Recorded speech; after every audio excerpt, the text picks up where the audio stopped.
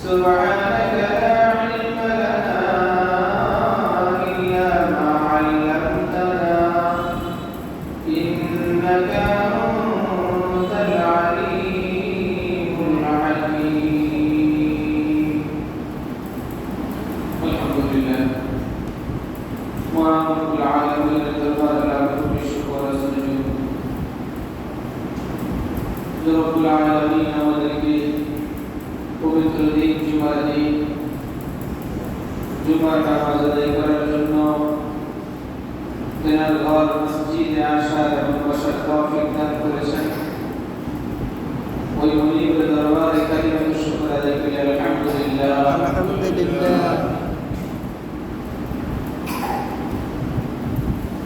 আজকের তারিখ হলো আরবি তারিখ 21 শাওয়াল, বাংলা হলো 27 চৈত্র, ইংরেজি হলো 10 এপ্রিল। আমরা আজকে যে বিষয় নিয়ে কথা বলবো, আলোচনা করব, খুতবার মধ্যে যে আয়াতটা তেলাওয়াত করছি এবং যে হাদিসটা পড়েছি, এই আয়াত এবং হাদিসের আলোকে আমাদের বর্তমান সামনে একটা দিনকে কেন্দ্র করে কিছু কথা আমরা বলবো। আল্লাহ তাআলা তৌফিক দান করেন।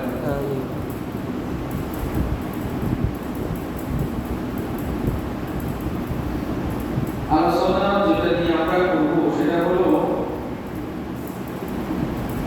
বাংলা নববর্ষ নিয়ে, অর্থাৎ পহেলা বৈশাখ, যেটা আর কয়েকটা দিন পরে। এই বিষয়টা নিয়ে আলোচনা করার উদ্দেশ্যটা কি? কারণ হলো এই দিনকে কেন্দ্র করে আমাদের দেশে অনেক ধরনের অপসংস্কৃতি, বেহায়াপনা এবং ইসলামের সাথে এই বিষয়গুলোর কোনো সম্পর্ক নেই এমন অনেকগুলো বিষয় ওই দিন সংঘটিত হয়, ওই দিন পালন হয়। এবং আমাদের যুব সমাজের ঈমান ধর্মীয় অনেক বিষয়গুলো ওই দিন হয়ে থাকে। এই জন্য আমরা ঈমানি দায়িত্ব হিসেবে আমরা এই বিষয়টাকে আলোচনা করার জন্য চিন্তা করেছি। কারণ হলো আমাদের কেন এই বিষয়গুলো আমরা পালন করব না, এই বিষয়গুলো থেকে কেন আমরা ফিরিয়ে দিব, কেন আমরা এই বিষয়গুলোর মধ্যে আমরা সম্পর্ক রাখবো না, এই বিষয়গুলো আমাদের জানা থাকা দরকার। জানা থাকলেই আমরা কাজ করতে পারবো, আমল করতে পারবো, এটা সহজ হবে। আসেন দেখেন, পহেলা বৈশাখ বাংলা আর ইংরেজিতে 14 এপ্রিল, এই দিনটাকে নানা আয়োজনে মুখরিত করে নানাভাবে এই দিনটা পালন করা হয়। এটা যে শুধু বাংলাদেশেই পালন হয় বিষয়টা এমন নয়, সারা বিশ্বের মধ্যে বিভিন্ন নামে এই দিবসটা পালন করা হয়। বিভিন্ন দেশের মধ্যে এই তাদের সংস্কৃতি হিসেবে তারা বিভিন্ন দেশে বিভিন্নভাবে এটার আয়োজন করে তারা। যেমন দেখেন, স্কটল্যান্ড একটা দেশ, তারা এই দিবসটা পালন করে হলো তাদের একটা রীতি দিয়ে তারা এই দিবসটা পালন করে।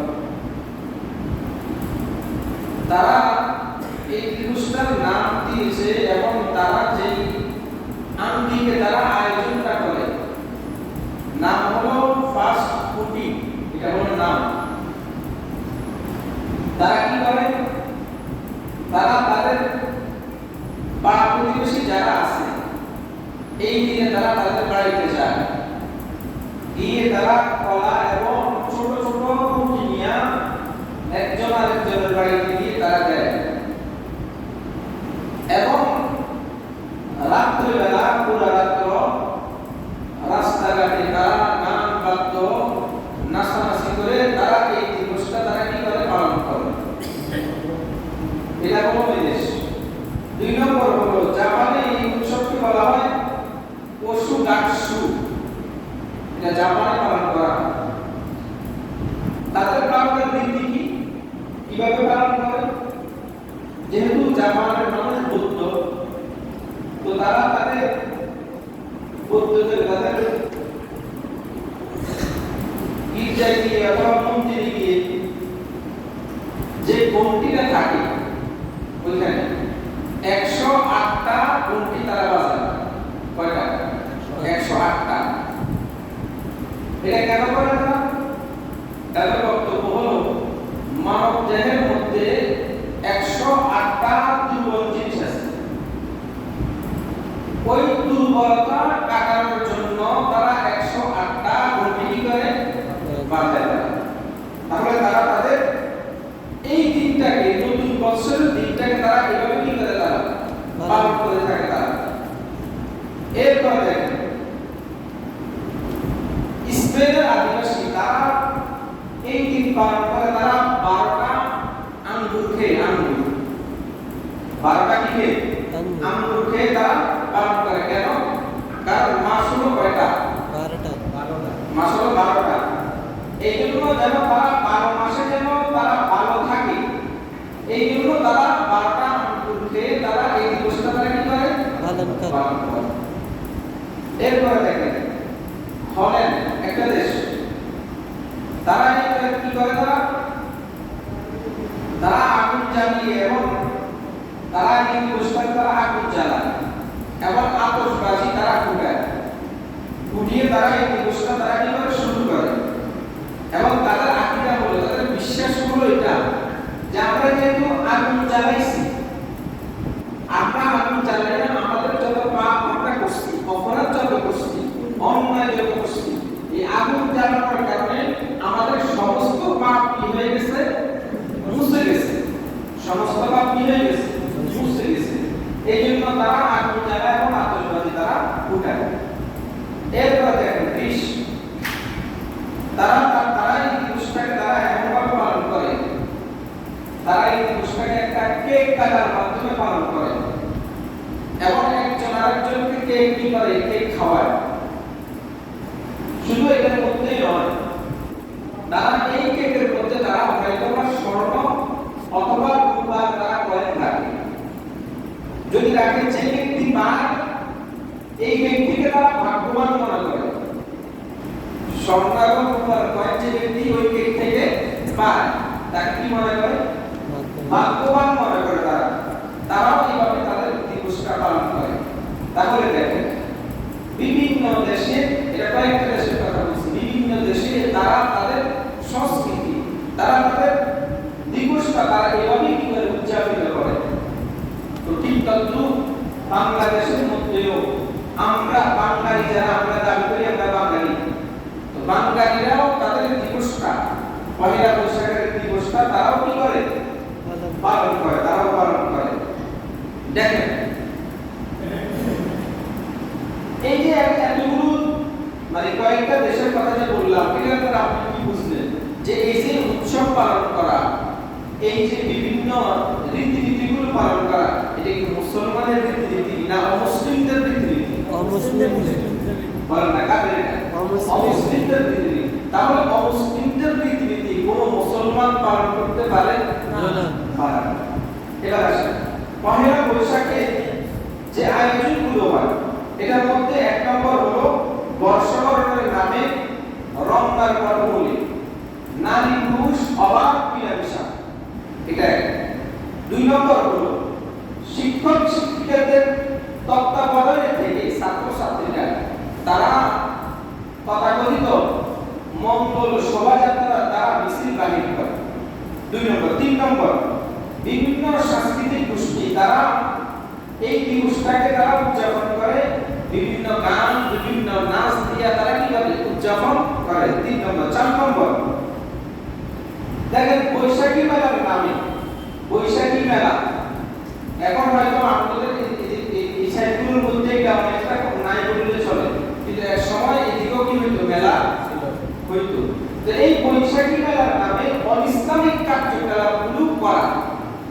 আর 5 নম্বর হলো যেটা এখন পর্যন্ত এটা কমন আছে, সেটা হলো মাটি বাসনের মধ্যে ফান্তা ভাত এবং ইলিশ কি করা, খাওয়া। কথা বুঝলেন নাই? এটা একটা রীতির মধ্যে এই বিষয়গুলো চলে আসছে।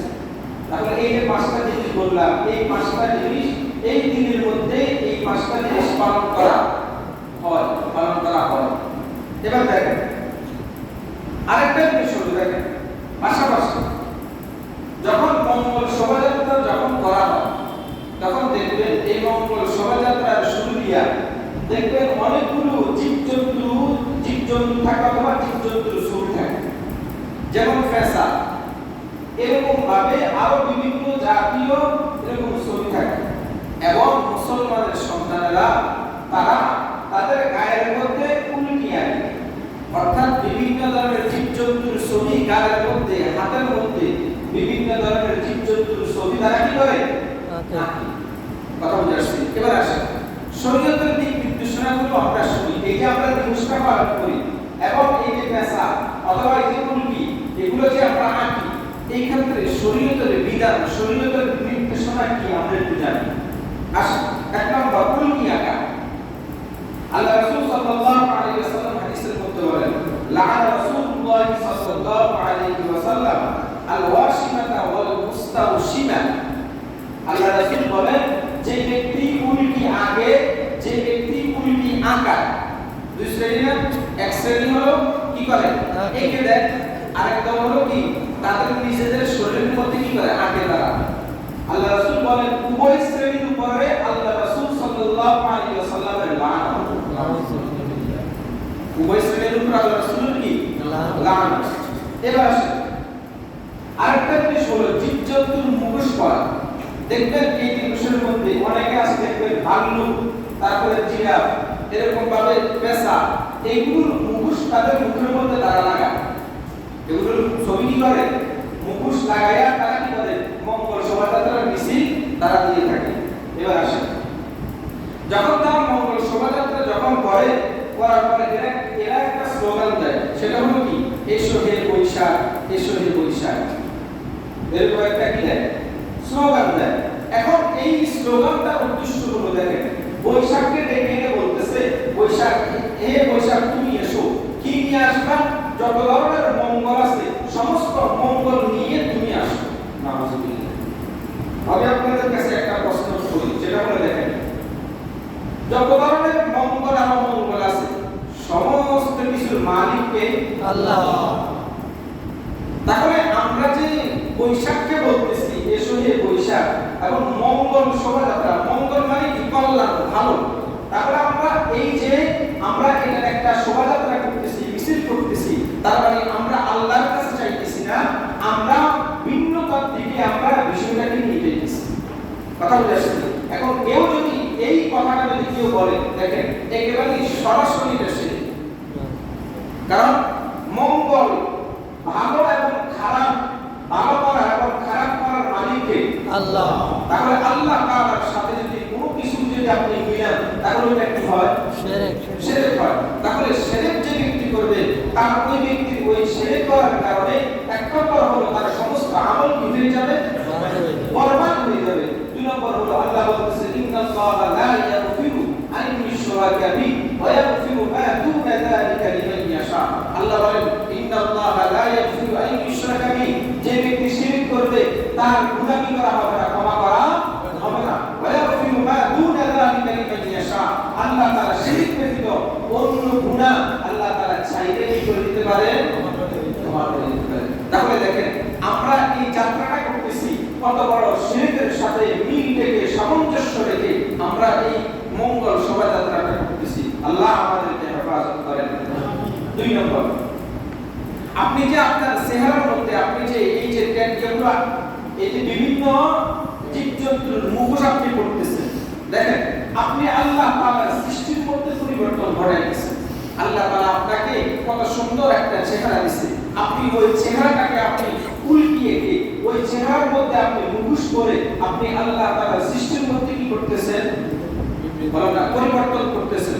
তাহলে দেখেন এই কথাটা ভালো করে শুনে রাখেন, এই যে পরিবর্তনটা আমরা করতেছি এটা আমরা করতেছি না, আমাদেরকে করাইতেছে। বলেন আমাদেরকে কি করাইতেছে? কে করাইতেছে? শয়তান করাইতেছে। কে করাইতেছে? কারণ এটা হলো শয়তানের চ্যালেঞ্জ। আল্লাহ তাআলার সাথে শয়তান চ্যালেঞ্জ করছে কি? আল্লাহ তাআলাকে শয়তান বলছে ওয়ালা আমরান্নাহু ফালা ইউগাইয়িরুন্না খালকাল্লাহ।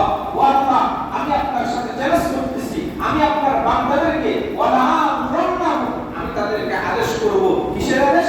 আমি তাদেরকে আদেশ করব ওয়ালা আমরান্নাহু, তাদেরকে আমি আদেশ করব যেন তারা সৃষ্টির মধ্যে তারা যেন পরিবর্তন ঘটায়। তাহলে আপনি চেহারার মধ্যে উল্টিয়া দিয়া আপনার চেহারাটা পরিবর্তন করতেছেন, চেহারার মধ্যে মুখোশ করিয়া চেহারাটা পরিবর্তন করতেছেন। তাহলে শয়তান আল্লাহ তাআলার সাথে যে চ্যালেঞ্জ করছে, তাহলে শয়তান ওই চ্যালেঞ্জ কি করছে?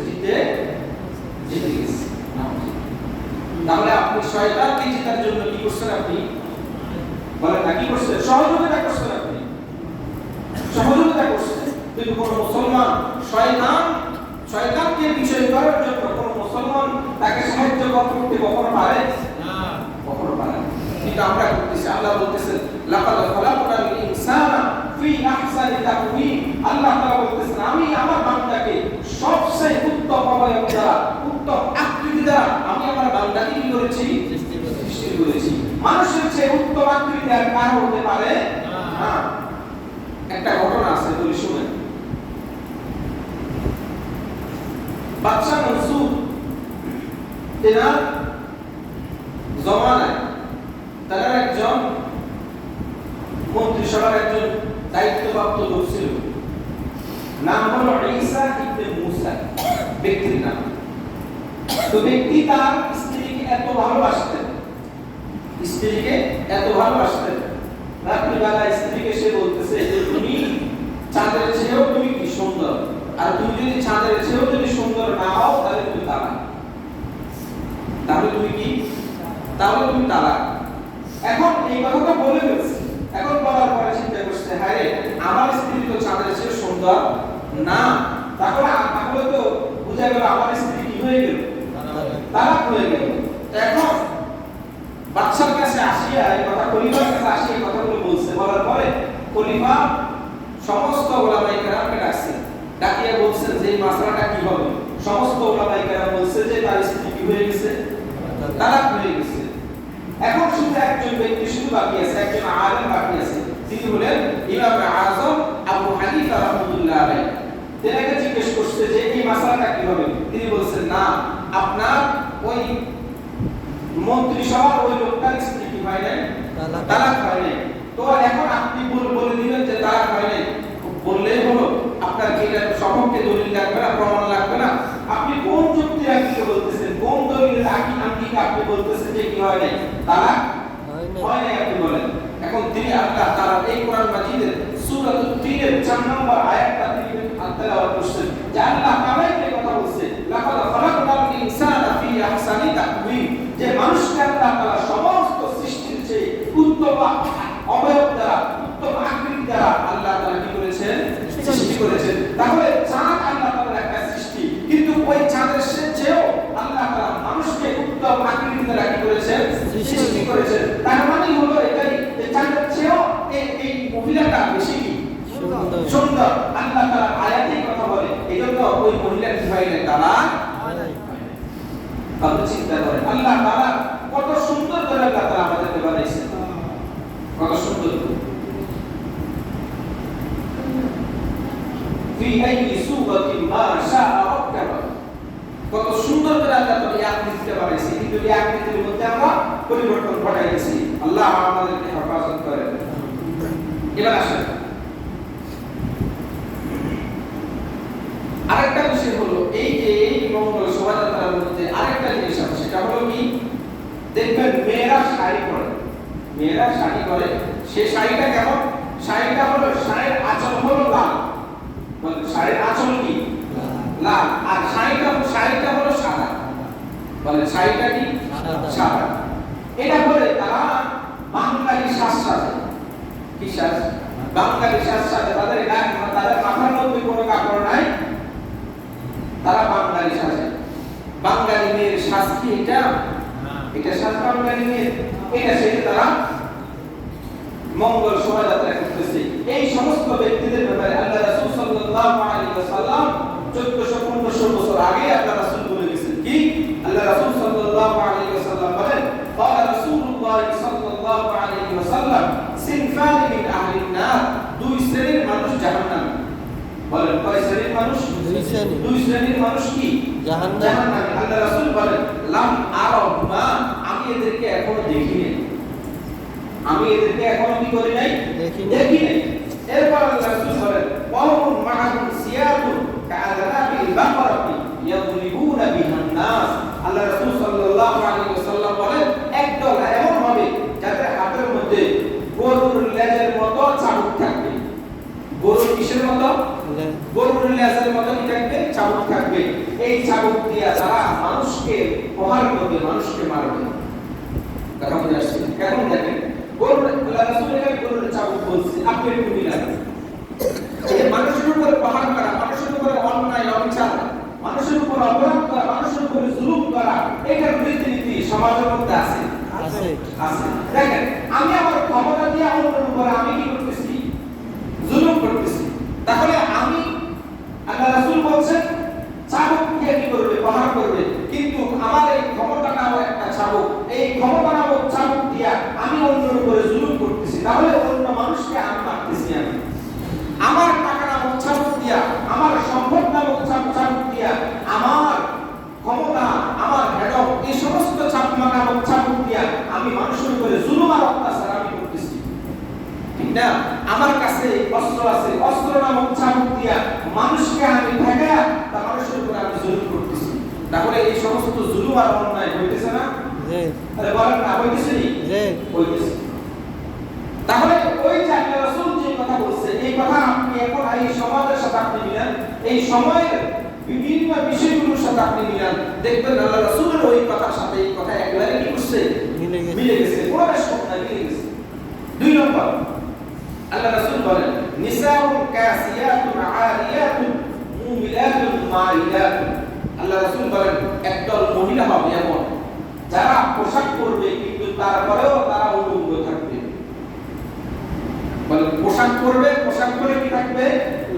উলঙ্গ থাকবে। তাহলে প্রশ্ন জাগে যে পোশাক পরে উলঙ্গ থাকে কিভাবে?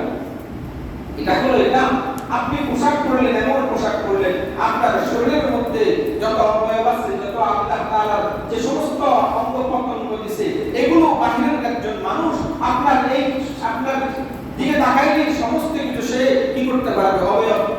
অবলম্বন সে করতে পারবে। এজন্য আল্লাহ রাসূল বলছে, যেমন দেখেন অনেকগুলো পোশাক আছে মেয়েরা পরে, মহিলারা পরে, যেটা পরার পরে তাদের শরীরের অঙ্গ প্রত্যঙ্গগুলো দেখা যায় নাই? আছে। তাহলে আল্লাহ রাসূল এই কথাই বলছেন, পোশাক পরবে কিন্তু তারা উলঙ্গ থাকবে। পোশাক পরেও তাদের শরীরগুলো মানুষ কি করবে? মানুষ দেখবে। এখন আরেকটা জিনিস হলো, আমরা পর্দার জন্য বোরকা পরি। কি পরি? মহিলারা বোরকা পরে না? পরে। কিন্তু দেখেন এই বোরকার মধ্যেও মহিলারা এমন বোরকা পরে, এমন টাইপিং বোরকা পরে যে বোরকার কারণে তার শরীরের অবয়বগুলো স্পষ্টভাবে বোঝা যায়। তাহলে এই বোরকাটা ওই যে আল্লাহ রাসূল যে কথা বলছে, পোশাক পরেও উলঙ্গের মতো এই বোরকাটাও সেই একই জিনিস। এখন আপনি বিষয়টাকে আপনি ভিন্নভাবে নিতে পারেন, নেন, কোনো সমস্যা নেই, কিন্তু বাস্তবিক পর্দা কিন্তু এটা না। আমাদের দেশের মহিলারা যে সমস্ত বোরকাগুলো পরে, এটা পর্দা না। পর্দা হলো এমন জিনিস, এখন পর্দা এমন ভাবে করবে যে তাকে ছেড়ার কোনো উপায় থাকবে না। আল্লাহ তাআলা স্পষ্ট করে দিয়েছে, জালবাব তাকে শরীরের উপর দিয়ে জালবাব দিয়ে দিবে, এমন পোশাক পরিধান করবে। সে কে বা কার মেয়ে, কার বোন, বিবাহিত না অবিবাহিত, এগুলো কোনো কিছু তাকে বোঝা যাবে না। এখন আমাদের পর্দা হয়ে গেছে ফ্যাশন, পর্দা হয়ে গেছে কি ফ্যাশন। আল্লাহ আমাদেরকে হেফাজত করেন। তাহলে এই দুই শ্রেণীর মানুষ কি? জাহান্নামী। এই দুই শ্রেণীর মানুষ কি? জাহান্নামী। আল্লাহ তাআলা আমাদেরকে হেফাজত করেন, আমাদের মা বোনদেরকে আল্লাহ তাআলা হেফাজত করেন। আরেকটা বিষয় দেখেন, কপালের মধ্যে সিঁদুর দিয়া মঙ্গল শোভাযাত্রা করা। এখন দেখেন এই যে কপালের মধ্যে সিঁদুর দেওয়া, এটা হিন্দু এবং সনাতনী ধর্ম যারা আছে তাদের একটা প্রতীক হলো এটা। কিন্তু এখন মুসলমানের মেয়েরা আজকে এই তাদের ওই ধর্মের ওই রীতিগুলো মুসলমানের মেয়েরা তাদের নিজেদের কাছে তারা নিয়ে আসছে। তার মানে মুসলমান হইয়া আমি অন্য ধর্মের লোকদের তাদের সংস্কৃতি তাদের কালচারগুলো আমি নিজে কি করতেছি, আমি নিজে পালন করতেছি।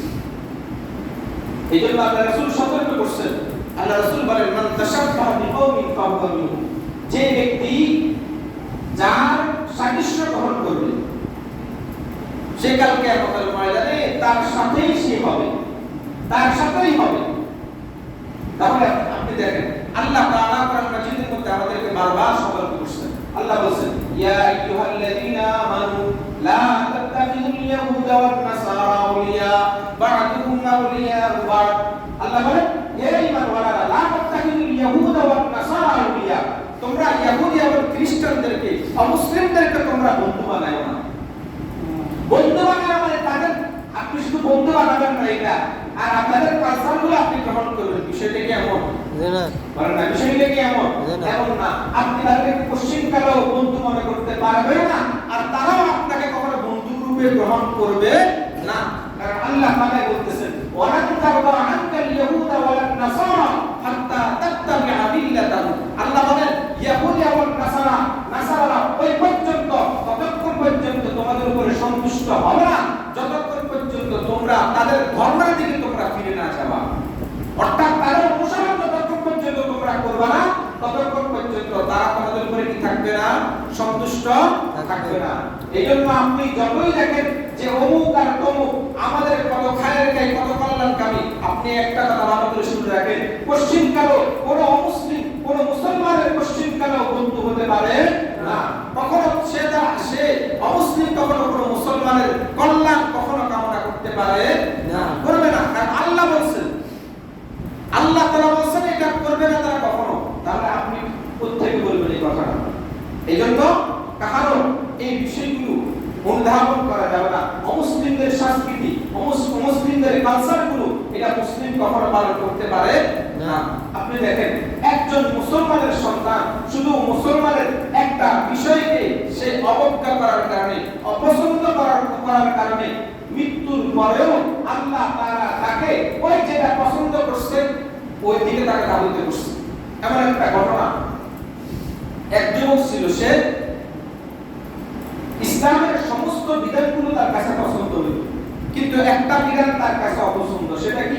সেটা হলো যখন রাত্রিবেলা স্ত্রী সহবাসের পরে রাত্রি যে গোসল, ফরজ গোসল যেটা, এই গোসলটা তার কাছে অপছন্দনীয় হতো। সে বলতো যে যদি এটা যদি অমুসলিমদের মতো যদি হতো, যে তা অমুসলিমরা তারা তো কি করা লাগে না, গোসল করা লাগে না, যদি এই নিয়মটা যদি অমুসলিমদের মতো যদি আমাদের হতো তাহলে কত ভালো হতো। এই বিষয়টা আমার কাছে ভালো লাগে না। তাহলে ইসলামের একটা ফরজ বিধানকে সে কি করছে? অমান্য করছে, অপছন্দনীয় করছে। আর আরেকটা মেয়ে ছিল, ওই মেয়েটা সে অমুসলিম মেয়ে ছিল, কিন্তু তার কাছে ইসলামের এমন সৌন্দর্য বিধান, পর্দার বিধান তার কাছে খুব পছন্দ হইতো। সে বলতো যে এই যে মুসলমানের মেয়েরা বোরকা পরে যাইতেছে, তাদেরকে কেউ কি করে না, বিরক্ত করে না, তাদেরকে কেউ উত্তক্ত করে না, তাদেরকে কেউ ডিস করে না, কত সুন্দরভাবে তারা পর্দার সহিত তারা চলাফেরা করতেছে। এই জিনিসটা ওই মেয়ের কাছে ভালো লাগছে। তাহলে দেখেন একজন হলো মুসলিম আর একজন হলো কি অমুসলিম, বুঝেন? এরপরে দুজন উভয় ছেলে এবং মেয়ে তারা মারা গেল। মারা যাওয়ার পরে তাদেরকে যখন দাফন করা হলো, দাফন করার পরে যে কোনো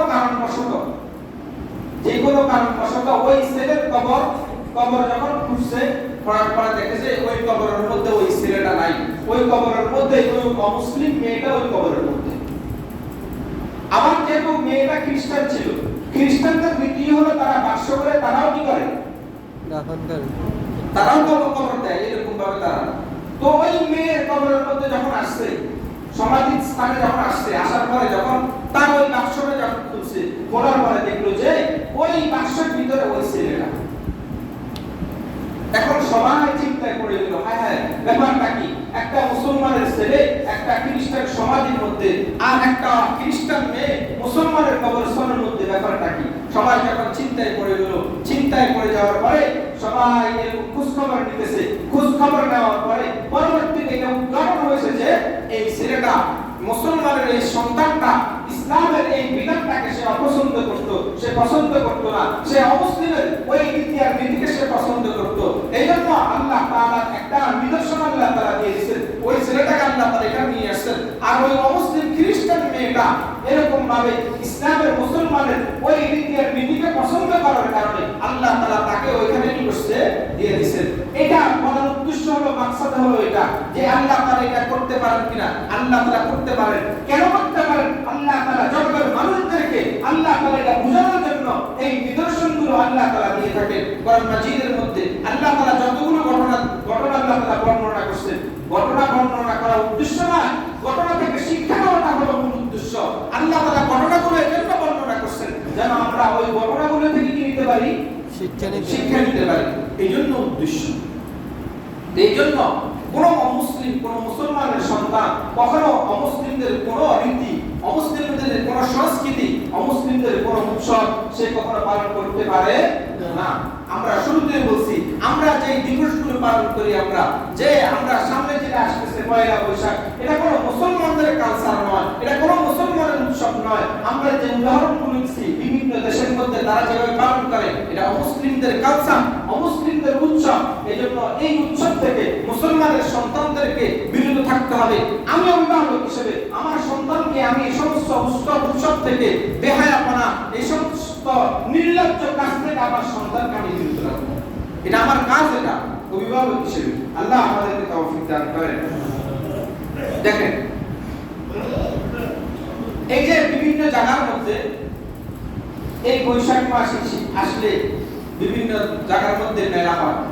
এই মেলার উৎপত্তি দেখুন, হযরত আদম আলাইহিস সালামের পরবর্তীতে তেনার বংশের মধ্যে দুইটা ভাগ হয়েছে। দুইটা ভাগ হয়ে একটা ভাগ তারা পাহাড়ের মধ্যে বসবাস করত, আর আরেকটা ভাগ সমতলের মধ্যে বসবাস করত। আবার আল্লাহ তাআলা তাদের মধ্যে এমন একটা সিস্টেম আল্লাহ তাআলা দিয়ে দিয়েছেন, সেটা হলো পাহাড়ের মধ্যে যে সমস্ত মানুষগুলো বসবাস করত, ওই সমস্ত মানুষগুলোর পুরুষ যারা ছিল তারা ছিল সুন্দর, কিন্তু তাদের মহিলা যারা ছিল ওই মহিলাগুলো ছিল কালো।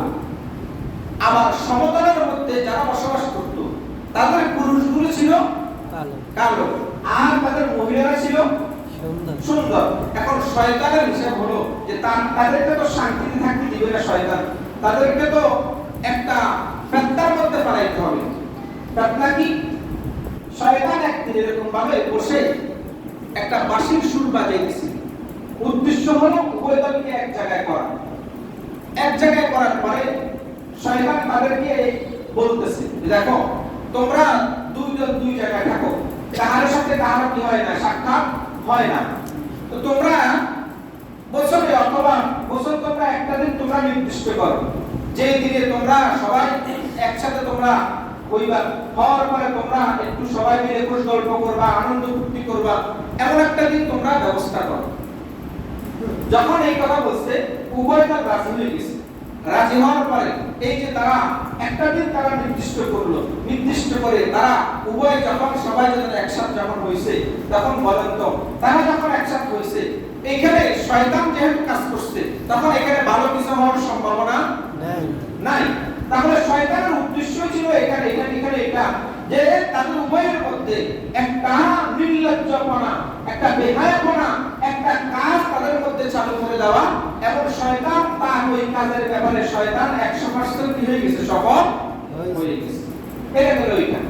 এবং তারা ওইখানে আসিয়া বিভিন্ন ধরনের নাচ গান নৃত্য তারা এখানে করতেছিল। এবার আসেন পহেলা বৈশাখ যেটা আমরা পালন করতেছি, এটা প্রবর্তক আমাদের দেশগুলোর মধ্যে, সেটা হলো যিনি হলেন রবিগুরু রবীন্দ্রনাথ ঠাকুর। উনি এটা করছেন হলো, যখন উনি এটা করছেন করার পরে সবাইকে আহ্বান করছেন, হিন্দু বৌদ্ধ খ্রিস্টান মুসলমান সবাই কি করছেন, আহ্বান করছেন মানে কোনো ধর্ম বর্ণ কোনো কিছু ভেদাভেদ নাই, সবাইকে একসাথ করছে। একসাথ করে এখানে এই পয়লা বৈশাখের এই দিনটা ওইখানে কি করছে, উদযাপন করছে। ওই দিন থেকে এটা শুরু হয়ে গেছে। এখন আপনাদের কাছে আমার প্রশ্ন হলো এটা, যেমন দেখেন দুইটা বিষয়, একটা হলো ইবলিসের কর্মকাণ্ড, আরেকটা হলো রবীন্দ্রনাথ ঠাকুরের কর্মকাণ্ড। তাহলে ইবলিসের কর্মকাণ্ড হলো নাচ গান এই সমস্ত বিষয়গুলো, আর উনি যেটা শুরু করছে সেটাও কোনো মুসলমানের সংস্কৃতির মধ্যে পড়ে না। তাহলে দুই দলের কাজ দুইটা, তাহলে কোনো মুসলমান এই দুইটা কাজকে কোনো মুসলমান করতে পারে না? বলেন না, করতে পারে? করতে পারে না। তাহলে দুটোটা থেকেও আমাদেরকে কি থাকতে হবে? সতর্ক থাকতে হবে, হেফাজত থাকতে হবে। আল্লাহ আমাদেরকে তৌফিক দান করেন।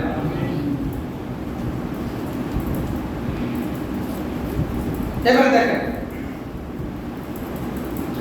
এই যে দেখেন পয়লা বৈশাখের মধ্যে একটা গান তারা পরিবেশন করে, ওই গানের মধ্যে একটা বিষয় আছে, সেটা হলো অগ্নি স্নানে শুচি হোক ধরা। এমন একটা লাইন আছে গানের মধ্যে, একটা লাইন আছে। এই লাইনের অর্থটা একটু শুনেন। অগ্নি অর্থ হলো কি? আগুন। অগ্নি মানে কি? আগুন। আর স্নান মানে হিন্দুরা স্নান কি কাকে বলে? গোসলকে বলে। এরপরে দেখেন শুচি অর্থ হলো পবিত্র, মানে শুচি অর্থ কি? পবিত্র। আর ধরা অর্থ পৃথিবী। ধরা অর্থ কি?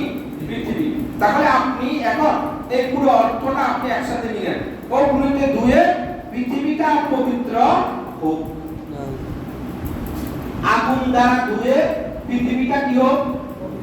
আপনারা বুঝেন নাই? আগুন দ্বারা ধুয়ে পৃথিবীটা কি হোক? পবিত্র হোক।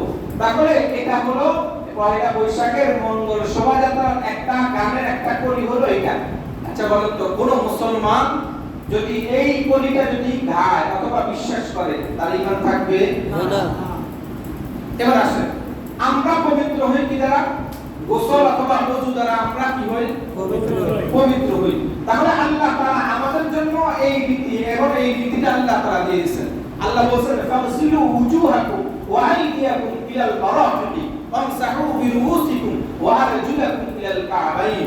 আল্লাহ তাআলা এগুলো বলে দিয়েছেন। আর ওয়াইন কুনতুম জুনুবান ফাত্তাহারু, আর যদি পানি যদি না পাও আল্লাহ তাআলা ওইটার বন্দোবস্ত আল্লাহ তাআলা বলে দিয়েছেন। আল্লাহ তাআলা বলেন পানি না পাইলে তোমরা মাটি দ্বারা কি করো?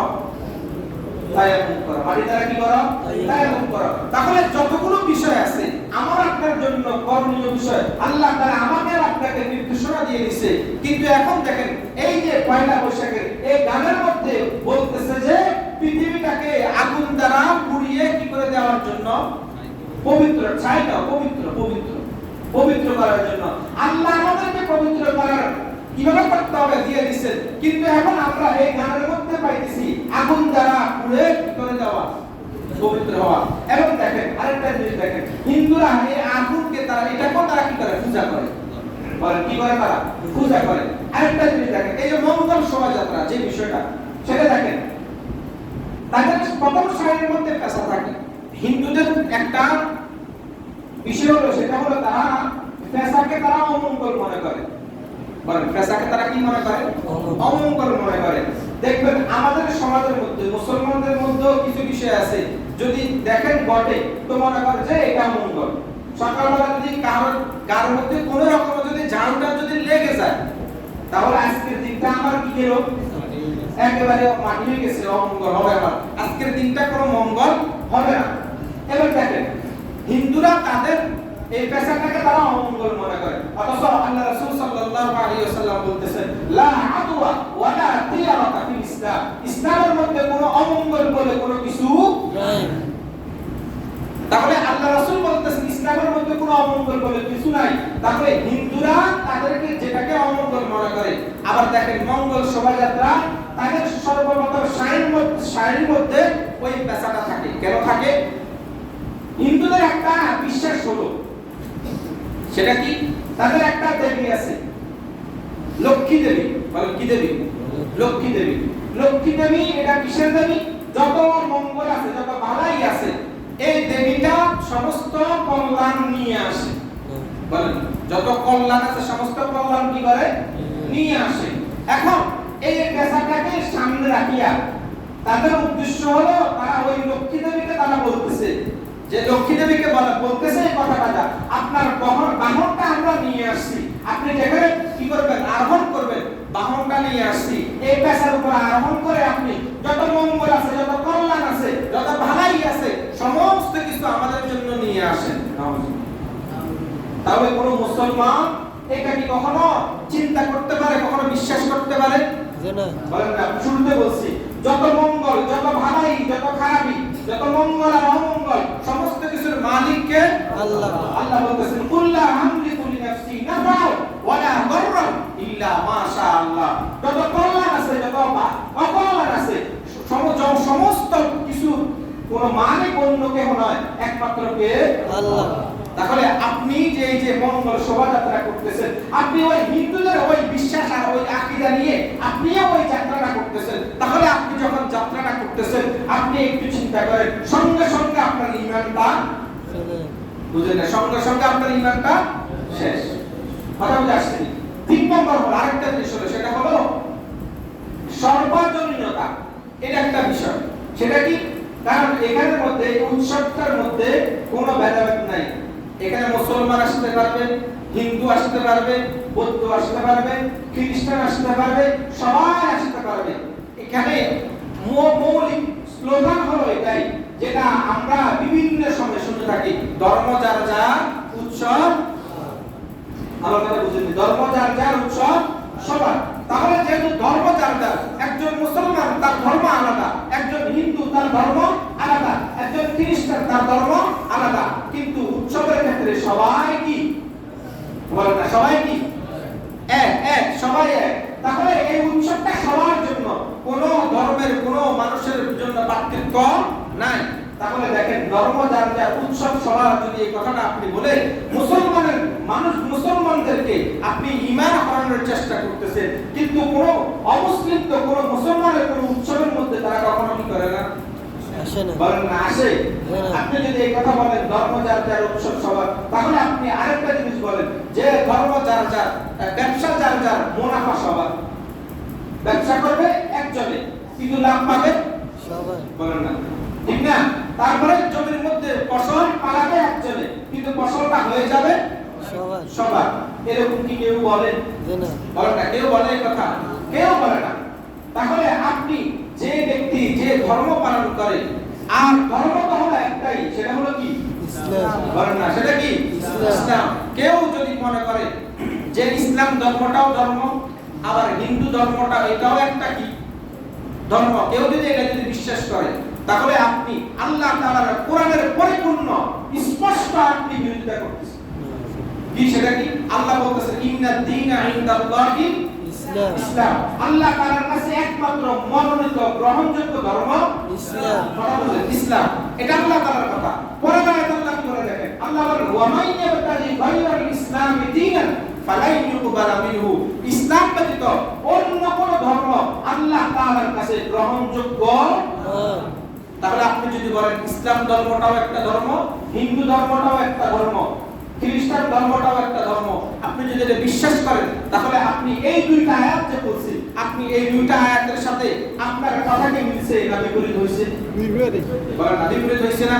যদি কোন ব্যক্তি যদি কোরআনের একটা আয়াত না, কোরআনের একটা নক্তাকে যদি কেউ অস্বীকার করে, ওই ব্যক্তির ঈমান থাকবে?